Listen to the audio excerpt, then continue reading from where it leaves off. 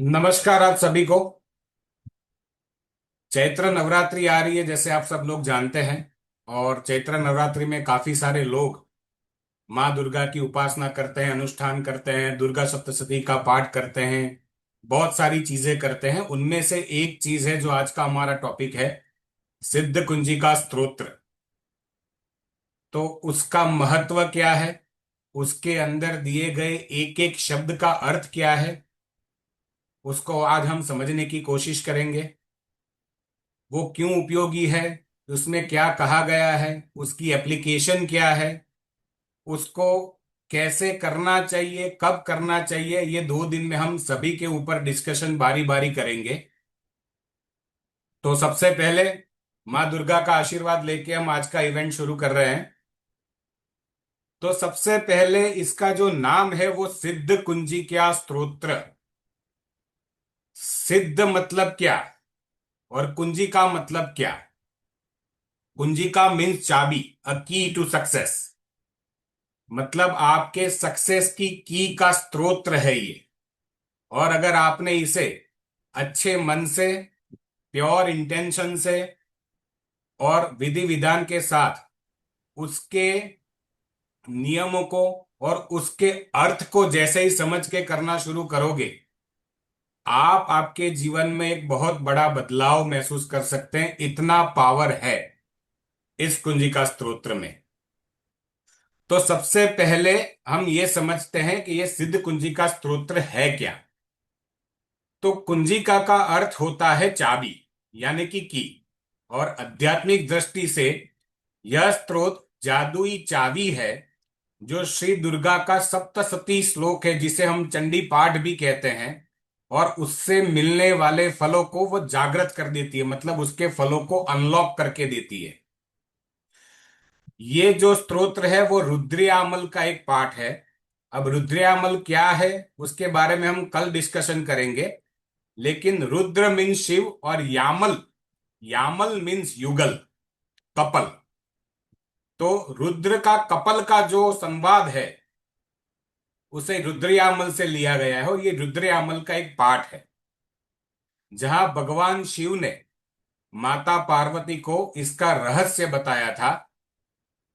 अब इसका मुख्य महत्व क्या है और भाग लाभ क्या है, वो जानने की कोशिश करते हैं। तो ऐसा कहा जाता है कि दुर्गा सप्तशती आप पूरा करते हैं, उसका फल ये मात्र एक स्तोत्र करने से मिल सकता है आपको। दुर्गा सप्तशती एक 700 श्लोकों का समूह है और 13 अध्याय है उसमें, अलग अलग अलग। वो 13 अध्याय के अंदर जो 700 श्लोक दिए गए हैं, उससे जो आपको फल मिलता है, उसी के बराबर फल सिद्ध कुंजिका स्तोत्र करने से मिलता है। ये बहुत शक्तिशाली मंत्र है। अब इसमें कहा गया है सिद्ध कुंजिका स्तोत्र, लेकिन अगर इसको बारीकी से देखा जाए तो इसमें मंत्र का समावेश है, बीज मंत्र का समावेश है, स्तोत्र का समावेश है, स्तुति का समावेश है और तांत्रिक स्तोत्र का समावेश है। तो आप में से कोई मुझे बता सकता है कि मतलब मंत्र क्या है, तंत्र तांत्रिक श्लोक क्या है, स्तुति क्या है, इसका आपको डिफरेंस कुछ मालूम है? तो अगर मालूम है तो हैंड रेस करके मुझे बताइए, मैं उनको अनलॉक करता हूं। अपना हैंड रेस कीजिए जिसको भी मालूम है वो। Does anyone know what is the meaning of मंत्र, तंत्र, बीज मंत्र, स्तुति एंड श्लोक? किसी को यह डिफरेंस पता है? शायद बहुत कम लोगों को पता है। अगर किसी को पता है तो मैं उनसे बात करना चाहूंगा। प्लीज अपना हैंड रेस कीजिए और मैं आपसे डायरेक्ट बात करता हूं।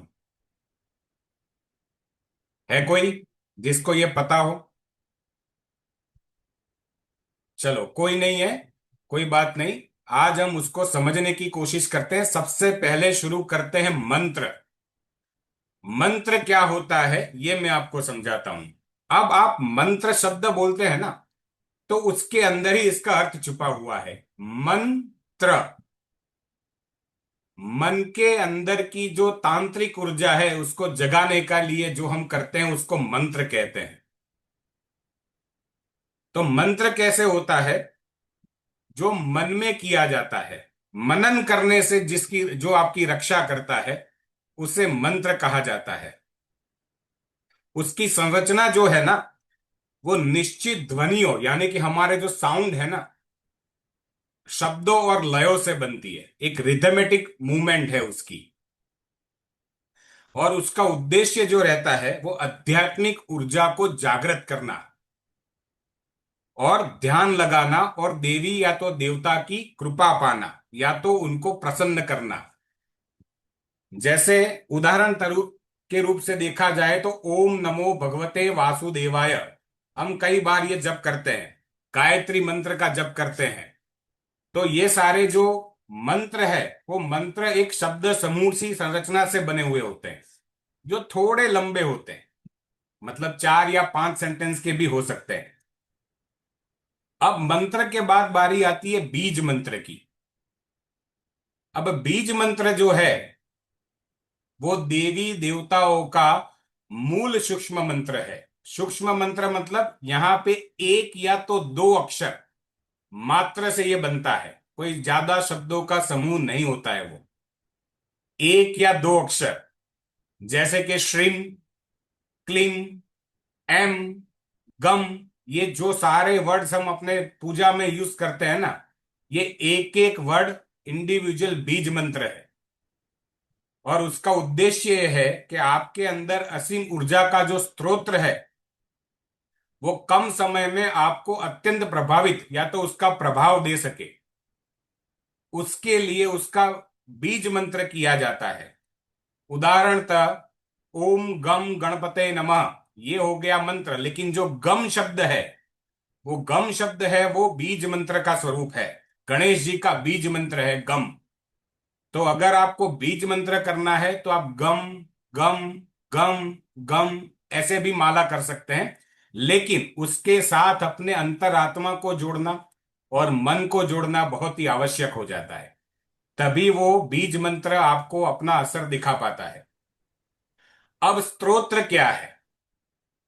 हमने मंत्र समझ लिया, बीज मंत्र समझ लिया, अब स्तोत्र की बारी आती है। तो स्तोत्र का अर्थ है आप जिस भी देवताओं या तो देवी का जो स्तुति या तो गुणगान करते हो ना, वो स्तोत्र के अंदर आता है। आपने कई सारे स्तोत्र किए होंगे जिसमें देवी की उपासना है, उनके वर्णन किया गया है, उनकी खूबसूरती का वर्णन किया गया है, उनके युद्धों का वर्णन किया गया है, और आप उसको जपते जपते स्तोत्र करते करते देवी को प्रसन्न करने की या तो देवता को प्रसन्न करने की कोशिश करते हैं। तो इसे स्तोत्र कहा गया है। उसकी संरचना जो है ना वो एक काव्य के रूप में होती है, मतलब एक समूह होता है शब्दों का जिसको काव्य के रूप में आप उसको गा सकते हो या उसका मनन कर सकते हो। गाया या तो पढ़ा जा सकता है, वो स्तोत्र है जो लंबा होता है, काव्य के स्वरूप में होता है। और उसका जो मुख्य उद्देश्य जो होता है वो देवता के रूप में गुणों और लीलाओं का वर्णन कर उनकी कृपा प्राप्त करना। जैसे शिव तांडव स्तोत्र, महालक्ष्मी अष्टकम स्तोत्र, राम रक्षा स्तोत्र, ये सारे आप देखिए स्तोत्र लंबे होते हैं।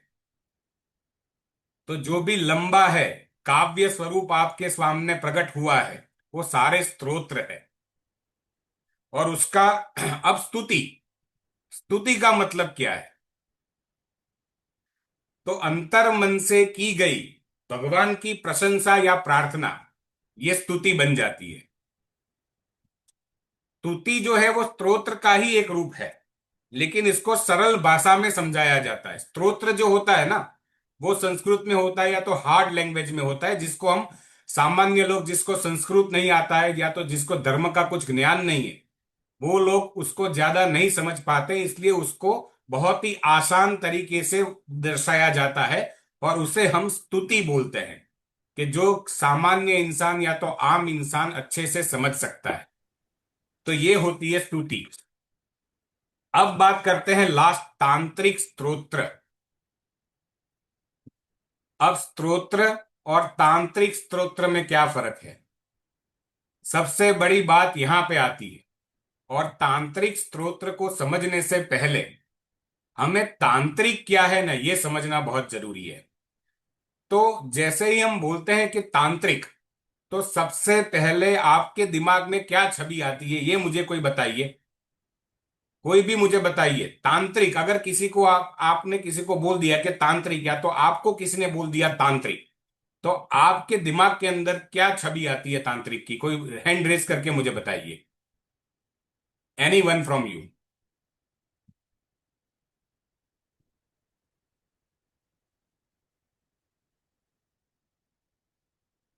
यस शिवम जी, बोलिए। सर, जो तंत्र करता है, जो कोई नेगेटिव चीज करता है, ऐसा ख्याल आता है दिमाग में पहले। Yes, true. जो जैसे ही हमारे सामने तांत्रिक शब्द का इस्तेमाल होता है ना, तो हमारे दिमाग में सबसे पहले एक तांत्रिक की छवि आ जाती है, जो खोपड़ियों की माला, कुछ वेश धारण करके, या तो कुछ नेगेटिव एनर्जी को प्रस्तुत कर रहा है, वशीकरण कर रहा है। ऐसा है, हमारे दिमाग में सीधी एक भावना या तो ऐसी एक चरित्र हमारे दिमाग में आ जाता है। तो ये सबसे बड़ी गलत धारणा है हमारी। यहां पे तांत्रिक स्त्रोत्र को समझने से पहले तांत्रिक को समझना जरूरी है। अब तांत्रिक, ये हिंदी या तो संस्कृत वर्ड है सर। और तांत्रिक की अगर हम संधि को अलग करते हैं, तो उसमें सबसे पहले आता है तंत्र। व्हाट इज तंत्र? तंत्र मीन्स सिस्टम और मैकेनिज्म। कई बार हम हमारी आम जिंदगी में इस्तेमाल करते हैं कि भाई आपका तंत्र कैसे चल रहा है, हमें समझ में नहीं आ रहा है। अगर किसी का बिजनेस नहीं चल रहा है, किसी के घर में कोई दिक्कत है, तो हम अक्सर इस वर्ड का इस्तेमाल करते हैं कि भाई आपका तंत्र चलता कैसे है। तो तंत्र मीन्स व्हाट? तंत्र means a mechanism, a system. या तो अगर मशीन की लैंग्वेज में बात करते हैं, तो मशीन से काम लेने की कला, इसे हम तंत्र कहते हैं। और तांत्रिक, तांत्रिक means a person who has created that system. जिसने तंत्र डेवलप किया है उसको तांत्रिक कहते हैं। So this is the basic definition of तांत्रिक। मैं अगर कहूं कि ईच एंड एवरी पर्सन और each and every engineer is a तांत्रिक, क्योंकि उन्होंने उनकी खुद की एक सिस्टम डेवलप की है अपने काम करने की, उसे तंत्र कह। अब हमारी बात करते हैं, तो तांत्रिक स्तोत्र का मतलब क्या होता है? तो जैसे कि आप सब जानते हैं कि हमारा शरीर एक मैकेनिज्म है ना, मैकेनिज्म। हमारा शरीर एक मैकेनिज्म से चलता है। और अगर आध्यात्मिक रूप से उसको देखा जाए, या तो धर्म के रूप से देखा जाए, तो हमारे तंत्र को जो चलाता है ना, वो 7 चक्र चलाते हैं। तो आपकी बॉडी की सिस्टम, या तो आपके चक्रों की सिस्टम को चलाने के लिए जिस सिस्टम का इस्तेमाल होता है, उसको तांत्रिक स्तोत्र कहा जाता है। This is the difference between स्तोत्र एंड तांत्रिक स्तोत्र। तांत्रिक स्तोत्र को करने से आपके अंदर एक ऊर्जा का संचार होता है। वो ऊर्जा संचार आपकी ऑरा में परिवर्तित होती है, और उस ऊर्जा से आप अपनी जिंदगी को बदल पाने की क्षमता रखते हैं। तो तांत्रिक स्तोत्र का मतलब ये होता है। तंत्र ग्रंथों में वर्णित विशेष श्लोक जो होते हैं ना, उसको तांत्रिक स्तोत्र कहा जाता है, जिसमें बीज अक्षरों का इस्तेमाल होता है और विशिष्ट गुप्त विद्याओं का समावेश होता है। उसका उद्देश्य क्या है? तो उसका उद्देश्य है विशेष सांसारिक या आध्यात्मिक शक्तियों, जैसे कि सिद्धियों, रक्षा या शत्रु को निवारण के लिए, अपनी खुद की रक्षा करने के लिए, अपनी खुद की ऊर्जा बढ़ाने के लिए किया जाता है। ठीक है। दुर्गा सप्तशती एक तांत्रिक स्तोत्र का समूह है, और इसलिए उसको तांत्रिक श्लोक भी कहा जाता है। और जब हम सिद्ध कुंजी का स्तोत्र की बात करते हैं, तो उसमें ये सारे समावेश हो जाते हैं। स्तोत्र भी आता है, स्तुति भी आती है, बीज मंत्र भी आता है, तांत्रिक स्त्रोत भी आता है। तो जितने भी हमने अभी तक बात की ना, वो सारे समूह का समावेश जो है ना, वो सिद्ध कुंजिका स्तोत्र है। अब चार्ज हो जाएगी, जब तक बैठा जब तक देख लेती हूँ। प्लीज म्यूट कर लीजिए।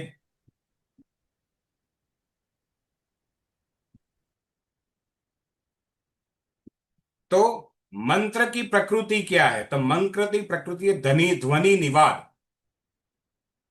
लंबाई उसकी मध्यम होती है और उसका पाठ निश्चित लय में किया जाता है, और उसका मुख्य उद्देश्य होता है ध्यान, ऊर्जा। बीज मंत्र है, तो बीज मंत्र की का प्रकृति है सूक्ष्म बीज या तो एक अक्षर। लंबाई बहुत छोटी होती है, अति शुद्ध जाप माना जाता है, और उसकी ऊर्जा बहुत ही तीव्र होती है। स्तोत्र, स्तोत्र एक काव्य पद होता है। कई श्लोकों का समूह बन के एक श्लोक बनता है, स्तोत्र बनता है। उसका पाठ आप गायन से भी कर सकते हो, गाने से भी कर सकते हो, और उसका जो मुख्य उद्देश्य होता है वो गुणगान करना, देवों के गुणगान करना, और गुणगान के द्वारा उनकी भक्ति करना। तांत्रिक स्तोत्र है, उसकी प्रकृति तांत्रिक गुप्त है। लंबाई मीडियम हो सकती है, बहुत लंबी भी नहीं, बहुत छोटी भी नहीं। जाप और पाठ विशेष अनुष्ठान द्वारा किए जाते हैं, और उसका मुख्य उद्देश्य है कुछ सिद्धियों को प्राप्त करना। तो ये था सबसे पहले समझने की जो हमें जरूरत थी, वो ये डिफरेंस था कि तंत्र क्या है, मंत्र क्या है, श्लोक क्या है, स्तुति क्या है, बीज मंत्र क्या है, और तांत्रिक श्लोक क्या है।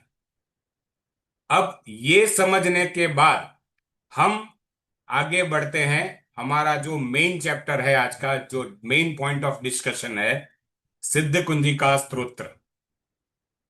तो वो सिद्ध कुंजिका स्तोत्र मैं आपके यहाँ पे स्क्रीन के ऊपर यहाँ पे शेयर करने जा रहा हूं, जो आप सभी को दिखाई देगा। आप सबको विजिबल है? Yes sir. आसानी से पढ़ पा रहे हो ना, या उसको और जूम करने की जरूरत है? थोड़ा जूम कर देना। थोड़ा जूम कर दूं? ठीक है, चलिए। अब बेटर बेटर। बेटर? ठीक है sir, thank you very much for feedback. अब सिद्ध कुंजिका स्तोत्र की शुरुआत करते हैं हम, और उसके एक एक मंत्र, स्तुति जो भी अंदर दी गई उसको समझने की कोशिश करते हैं। तो सबसे पहले लिखा है शिव उवाच, मतलब शिव जी ने क्या कहा। तो सबसे पहला जो है उसमें शृणु देवी प्रवक्ष्यामि कुंजिका स्तोत्रमुत्तमम्, ये न मंत्र प्रभावेण चंडी जाप शुभो भवेत्। अब इसका अर्थ समझने की कोशिश करते हैं। यहां पे बता गया है शृणु देवी। शृणु देवी मीन्स शिवजी पार्वती से कहते हैं कि देवी आप सुनिए। अब शृणु जो है ना, वो एक वचन शब्द है, बहुवचन शब्द नहीं है। जब आप किसी व्यक्ति को एक वचन में कुछ बोलते हैं तो उसे शृणु कहा जाता है संस्कृत में। तो शृणु देवी प्रवक्ष्यामि। अब प्रवक्ष्यामि का मतलब क्या होता है? प्रवक्ष्यामि का अर्थ है विशेष रूप से। प्र का अर्थ होता है विशेष रूप से, या तो विस्तार से या तो स्पष्ट रूप से।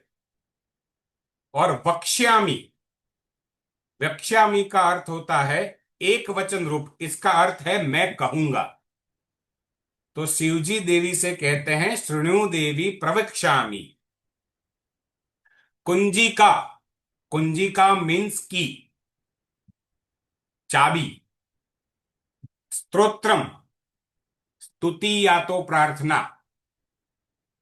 उत्तमम, अगर आप कुंजिका स्तोत्रम उत्तमम की संधि को अलग करेंगे तो आपको तीन शब्द दिखाई देंगे, कुंजिका स्तोत्रम उत्तमम। तो उत्तमम का मतलब है श्रेष्ठ, सर्वोच्च या सबसे उत्तम। तो ये था सबसे पहली लाइन का अर्थ, शृणु देवी प्रवक्ष्यामि कुंजिका स्तोत्रमुत्तमम। अब आगे बढ़ते हैं। ये न मंत्र प्रभावेण चंडी जापः शुभो भवेत्। अब इसका मतलब क्या होगा? जिसमें कहा गया है कि अगर आपने दुर्गा सप्तशती का पाठ किया हुआ है या तो दुर्गा सप्तशती का अनुष्ठान किया गया है, तो उसमें देवी कवच का एक स्तोत्र होता है, अर्गला स्तोत्र का एक स्तोत्र होता है, किलक होता है, देवी सुक्तम होता है, न्यास होता है। ये सारे अध्याय में दिए गए हैं। 13 अध्याय में ये सारी चीजें दी गई है। तो यहां पे सबसे पहले आगे बढ़ने से पहले कवच क्या है, न कवचम। तो कवच का मतलब है शील्ड, आपके ऊपर एक कवच जिसे हम प्रस्तावित करते हैं। इसमें आने वाले मंत्र का स्वभाव साधक के और अभेद्य ऊर्जा कवच बनाना। कवच मतलब हम कोई बख्तर या तो कोई शील्ड नहीं पहनते हैं, लेकिन एक ऊर्जा का कवच हम अपने ऊपर कवच करने से प्रस्थापित करते हैं, जहां पे कवच में देवी के अंगों का और हमारे अंगों के ऊपर देवी की कृपा बनी रहे और हर एक अंग को देवी के किसी स्वरूप से जोड़ा गया है। और कुंजिका में उन शक्तियों को बीज मंत्रों के रूप में संक्षिप्त किया गया है। तो सबसे पहले कवच करना पड़ता है, और कवच जो है वो क्या है मैंने आपको समझाया। अब होता है अर्गला। न कवचम न अर्गला स्तोत्रम। तो अर्गला का मतलब क्या होता है? द बोल्ट इसे कहते हैं, अगर कोई समझ पाता है तो। अर्गला का अर्थ होता है अवरोध। आपके प्रति कोई अवरोध उत्पन्न हो रहा है तो उसके संस्कृत में अर्गला कहते हैं। और इससे हम प्रार्थना करते हैं कि हमारे जीवन की सारी बाधाएं दूर हो जाए और हमें रूप, जय और यश मिले। जब आप अर्गला स्तोत्र का पाठ करेंगे ना, तो हर एक स्तोत्र के अंत में आएगा रूपम देहि, जयम देहि, यशो देहि, द्विषो जही। ये आपको पढ़ाई देगा जब आप अर्गला स्तोत्र का पाठ करेंगे तो इसका मतलब ये है कि हमारे पास आने वाली जो भी बाधाएं हैं या तो जो भी दुविधाएं हैं उसे दूर किया जाए। किलक। किलक का अर्थ है किला या तो ताला, लॉक। Kilak means lock. तो शिवजी ने सप्तशती मंत्रों को लॉक कर दिया था ताकि उसका कोई गलत इस्तेमाल ना कर पाए। तो जब भी आप दुर्गा सप्तशती का अनुष्ठान करते हैं तो आपको किलक का पाठ करके उसको अनलॉक करना पड़ता है, तभी जाके आपको उसका पूर्णतः फल मिलता है। और किलक जो है उस ताले को खोलने की, शिवजी ने जो ताला लगाया है ना उसको खोलने की एक प्रक्रिया है। तो ऐसा कहा जाता है कि किलक किए बिना आपका दुर्गा सप्तशती का पाठ या तो अनुष्ठान या तो उससे मिलने वाला फल कभी पूर्ण नहीं होता है। कुंजी का शब्द का अर्थ हमने समझ लिया, चाबी है। ठीक है। न सुक्तम। सुक्तम मतलब क्या? कोई जानता है सुक्तम का मतलब क्या है? सुक्त वेदों के वो मंत्र है जो देवताओं की स्तुति में गाए जाते हैं, जैसे देवी सुक्त, रात्रि सुक्त, ऐसे बहुत सारे सुक्त दिए गए हैं। नापी ध्यानम, नहीं किसी विशेष ध्यान की, देवता के स्वरूप का मानसिक चित्रण करने की एक लंबी प्रक्रिया है ये। न न्यासो। न्यास मालूम है आपको क्या होता है? न्यास में आपको आपके अंग के ऊपर ये ऐसा करके ऐसा करके ऐसा करके आपको स्तुति करनी पड़ती है, उसको न्यास बोलते हैं। न च वार्चनम, और न ही किसी विशेष अर्चन। मतलब यहां पे कहने का मतलब यह है कि ये पाठ करने के लिए आपको किसी भी अर्चना या तो अर्गला या तो वाचन या तो ऐसा कुछ भी करने की जरूरत नहीं है।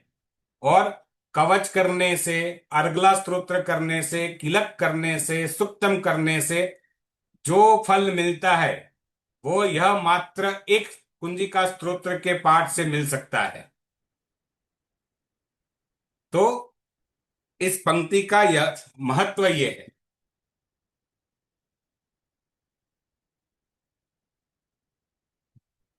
ठीक है, समझ में आ रहा है सबको मैं क्या समझाना चाहता हूं? अब आगे दिया गया है, कुंजिका पाठ मात्रेण दुर्गा पाठ फलम लभेत।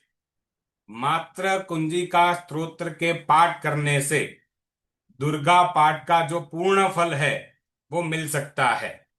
इसका कहने का तात्पर्य ये है।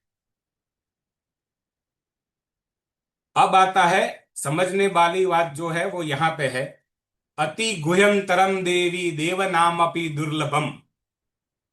अब इसका मतलब समझने वाली बात है। अति गुह्यं तर, गुह्य मतलब क्या? गुप्त या तो गोपनीय या तो सीक्रेट। अति गुह्यं तर, उसको बहुत ही सीक्रेटिव तरीके से करना है। अगर आप अनुष्ठान करते हो तो इसको दुनिया भर में इसका ढंढेरा नहीं पीटना है। आप कितनी बार कर रहे हो, क्या कर रहे हो, किसी को बताने की जरूरत नहीं है। आप किस पर्पस से कर रहे हो ये किसी को बताने की जरूरत नहीं है। अति गुह्यं तरम देवी देव नामपि दुर्लभम। अब तरम का मतलब क्या होता है? एक्सट्रीम, अधिक का मतलब होता है तरम। तो गुह्य तरम ऐसे निकला है। केवल कुंजिका पात्र के मात्र से ही दुर्गा सप्तशती का पाठ का फल मिल जाता है। हे देवी, इसे अत्यंत गोपनीय और देवताओं के लिए भी दुर्लभ है ये। देव नामपि दुर्लभम, जो देवों को भी दुर्लभ है ऐसी चीजें मैं आपको बताने जा रहा हूं। ये जो कड़ी है उसका मतलब, उसका तात्पर्य ये है। अब आगे बढ़ते हैं।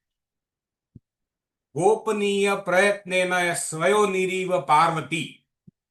अब गोपनीय मतलब, गोपनीय मतलब अगेन सीक्रेट। प्राचीन शास्त्रों में इस तरह की उपमा प्रयोग किसी चीज के परम पवित्रता और मर्यादा को दर्शाने के लिए किया जाता था। इसीलिए इसे गोपनीय रखना। कैसे गोपनीय रखना है? स्वयोनि, समझ में आ रहा है? स्वयोनि, जैसे हमारा जन्म योनि से होता है। योनि ऊर्जा का बहुत बड़ा स्वरूप है। तो जैसे हम हमारी योनि को गुप्त रखते हैं, उसको छुपा के रखते हैं, इस तरीके से आप प्रयत्नों के द्वारा इसे योनि की तरह गुप्त रखे पार्वती। गोपनीय प्रयत्नेन स्वयोनिरीव पार्वती, इसका मतलब ये है। समझ में आ गया सबको? अब आगे बढ़ते हैं। मारणम, मोहनम, वश्यम, स्तंभनोच्चाटनादिकम पाठ मात्रेण संसिद्ध्येत कुंजिका स्तोत्रमुत्तमम। अब यहां पे मारण, मोहन, वश्यम, स्तंभन, ये सारी जो क्रिया है उसको हम बारी बारी समझने की कोशिश करते हैं। तो इसको हम तांत्रिक पक्ष और आध्यात्मिक पक्ष दोनों तरीके से समझने की कोशिश करते हैं, और उसका संयुक्त अर्थ क्या हो सकता है। तांत्रिक और आध्यात्मिक का संयुक्त अर्थ भी मैं आपको बताऊंगा। तो सबसे पहले आते हैं मारणम के ऊपर। मारणम मतलब अगर तांत्रिक पक्ष से देखा जाए तो शत्रुओं का विनाश, और उसको अगर आध्यात्मिक पक्ष से देखा जाए तो हमारे अंदर के शत्रु क्या है? काम, क्रोध, मोह, लोभ। ये हमारे आंतरिक शत्रु है, आध्यात्मिक शत्रु है। तो मारणम मतलब नकारात्मकता का समूल नाश, चाहे वह बाहर की हो या भीतर का विकार हो। अब मोहनम, मोहनम मतलब दूसरों को मोहित करना या तो आकर्षित करना, अट्रैक्शन पैदा करना, वशीकरण जिसको कहा जाता है। कोई बोलता है ना, मुझे मेरे ऊपर किसी ने कुछ कर दिया है, किया कराया का शिकार हो गया हूं, किसी ने मुझे स्तंभित कर दिया है। तो अगर आप ऐसी कोई भी दुविधा से आप गुजर रहे हैं, तो ये पाठ अगर आपने ढंग से कर लिया, तो आपके ऊपर जो भी आपको लगता है किसी ने किया है, कराया है, वशीकरण किया है, वो सारी चीजें समाप्त हो जाएगी। तो उसका तांत्रिक पक्ष है दूसरों को मोहित या तो आकर्षित करना, और आध्यात्मिक पक्ष क्या है? चित्त को परमात्मा के साथ लीन करना। और हम इसको दोनों को कंबाइन करते हैं, तब समझ में आता है कि दिव्य आकर्षण एक प्रकार का व्यक्ति में वह तेज आना कि संसार और ईश्वर दोनों आपके अनुकूल हो जाए, दोनों आपके अनुकूल हो जाए। तो मोहनम का मतलब ये होता है। अब आगे बढ़ते हैं। वश्यम, वश्यम मतलब किसी को नियंत्रित करना। अगर तांत्रिक पक्ष और एक्सटर्नल कैरेक्टरिस्टिक से समझते हैं, तो किसी को नियंत्रण में करना। और अगर आध्यात्मिक पक्ष समझते हैं, तो मन और इंद्रियों पर विजय पाना। हमारी जितनी भी इंद्रियां है उसके ऊपर विजय पाना, this is the internal characteristics या तो आध्यात्मिक कैरेक्टरिस्टिक्स ऑफ दिस वर्ड।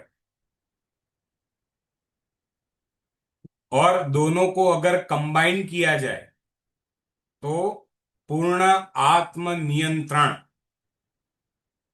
जब आप स्वयं को जीत लेते हैं, तो प्रकृति स्वतः आपके वश में हो जाती है।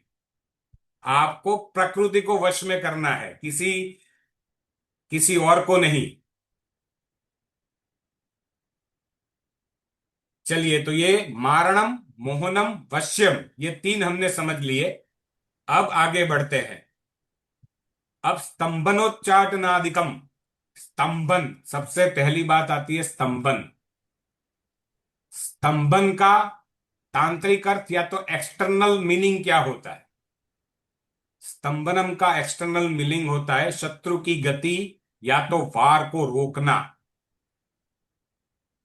आपके प्रति आपका जो शत्रु है, उसका जो भी वार आपकी तरफ हो रहा है, उसको रोकना। और आध्यात्मिक पक्ष क्या हो सकता है, यानी कि इंटरनल कैरेक्टरिस्टिक्स क्या है? तो चंचल विचारों और वृत्तियों को रोकना। स्तंभन, स्टॉप, मतलब ये होता है। और अगर हम दोनों को कंबाइन करते हैं, तो बाहरी संकटों को थाम देना और आंतरिक विक्षेपों को शून्य कर देना। तो स्तंभन और उच्चाटनम, ये दो वर्ड है, उसका ये समूह है स्तंभनोच्चाटनादिकम।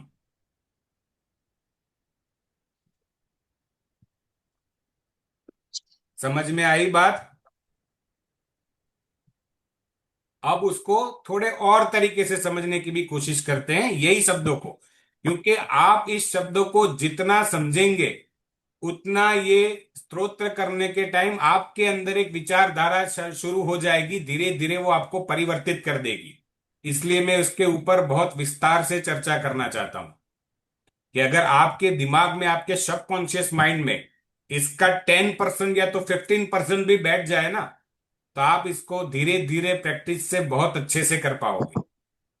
This is the purpose why I am doing and explaining each and everything again and again. अब मारणम जैसे हमने कहा,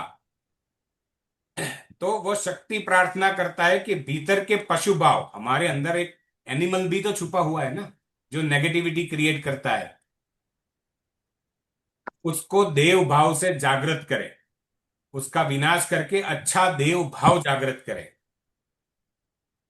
दूसरा होता है, हम संसार की वस्तुओं के प्रति मोहित हो जाते हैं, अट्रैक्शन में आ जाते हैं ना, हम किसी के मोह में आ जाते हैं। तो आध्यात्मिक मोहन का अर्थ है साधक का मन संसार से हटकर ईश्वरीय प्रेम में डूब जाए और उसे केवल सत्य ही प्रिय लगे। वश्यम यानी कि आत्मनियंत्रण। गीता में भी कहा गया है कि जिसका मन वश में है ना, जिसका मन वश में नहीं, उसका शत्रु उसका मन ही है। और यहां पे वश्यम का अर्थ है अपनी ऊर्जाओं को सही दिशा में मोड़ना, या तो चित्त को एकाग्र करना। स्तंभन, स्थिरता, चित्त वृद्धि निरोध। जब बाहरी दुनिया का शोर और मन की व्याकुलता स्तंभन यानी कि रुक जाती है, तब साधक को शून्य या तो समाधि का अनुभव होता है। इसलिए स्तंभन इज वेरी इंपॉर्टेंट। उच्चाटनम, इसको हम वैराग्य से भी जोड़ सकते हैं। उच्चाटन का अर्थ है किसी चीज से मन उचट जाना। आध्यात्मिक रूप में यह वैराग्य की अवस्था है जहां साधक का मन नश्वर संसारिक सुखों से उचटकर शाश्वत आनंद की खोज में चलक जाता है। तो ये था अर्थ मारणम, मोहनम, वश्यम, स्तंभनोच्चाटनादिकम का। ठीक है। पाठ मात्रेण संसिद्ध्येत कुंदिका स्तोत्रमुत्तमम। अब पाठ मात्रेण, केवल पाठ करने मात्र से, बाय मियरली चैंटिंग और रेसिटिंग, संसिद्ध्येत पूर्ण रूप से सिद्ध हो जाता है। कुंजिका स्तोत्रमुत्तमम, यह उत्तम कुंजिका स्तोत्र है। इतना उत्तम है कि आपके मारण, मोहन, वश्यम, स्तंभनोच्चाटनादिकम सिर्फ पाठ मात्र से सिद्ध हो जाते हैं। किस किस पाठ से? तो सिद्ध कुंजिका स्तोत्र का पाठ करके।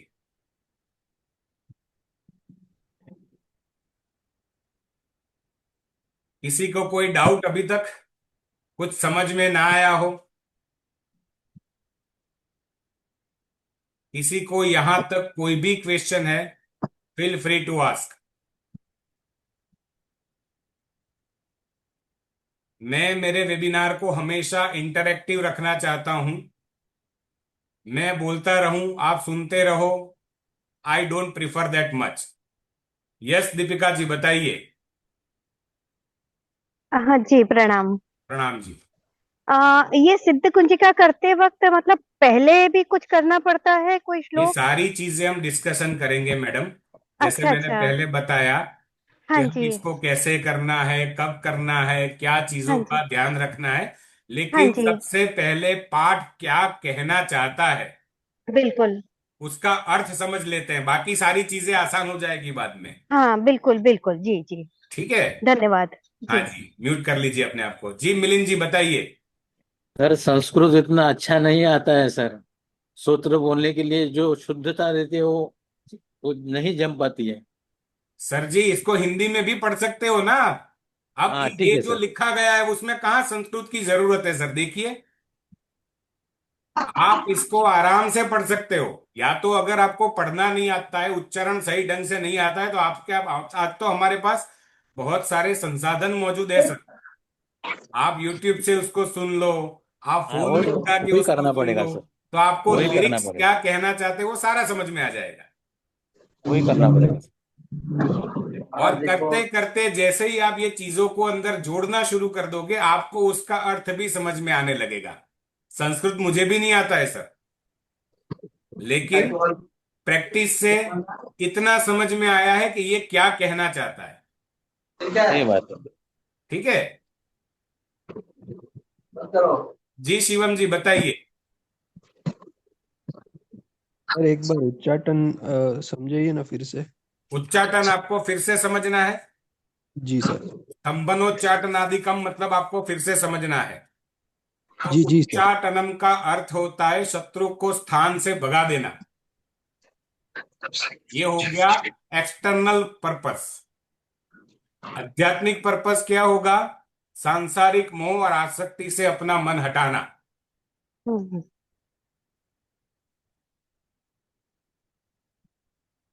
जो भी आपकी प्रगति में बाधक बनना, बाधक रूप आ रहा है, उसे आपके जीवन से उखाड़ फेंकना।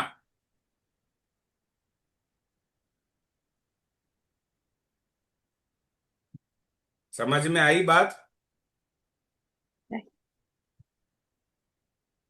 मिलिंद जी, आपको अभी भी क्वेश्चन है? सुनना पड़ेगा। जो सूत्र यूट्यूब पे सुन के वो समझ में आएगा, और आपने अभी समझाया तो याद रहेगा। हाँ, समझाया होगा तो याद रहेगा। नवरात्रि आ रही है, अगर आप उसका अनुष्ठान करते हैं तो आपको उसका फायदा भी मिलेगा। इसीलिए तो नवरात्रि के पहले हमने ये सेशन रखा है कि सही। आप इसका अच्छे से फायदा ले सके आने वाली नवरात्रि में। और कल हम बात करेंगे उसको कैसे करना चाहिए, कब करना चाहिए, कितनी बार करना चाहिए, पहले क्या करना चाहिए, बाद में क्या करना चाहिए। ये सारी प्रक्रियाओं के ऊपर हम कल बात करेंगे। वाह। आज इसका अर्थ समझ लेते हैं। ठीक है? और किसी को कोई क्वेश्चन हो तो हैंड रेस करके पूछ सकता है।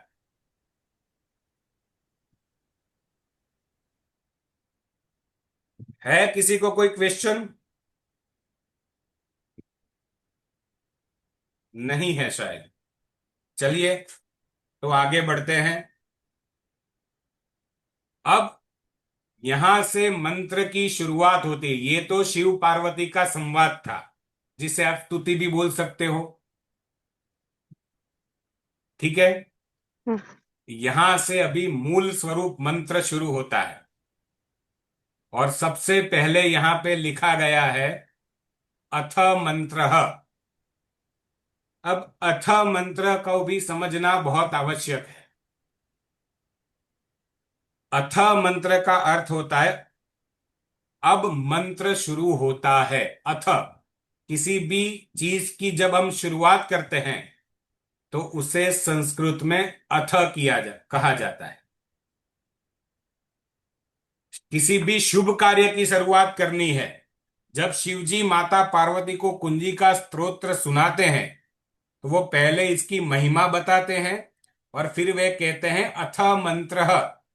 तो इसका अर्थ है कि अब यह मुख्य शक्ति सूत्र शुरू होने जा रहा है, जिसे आपको जपना है।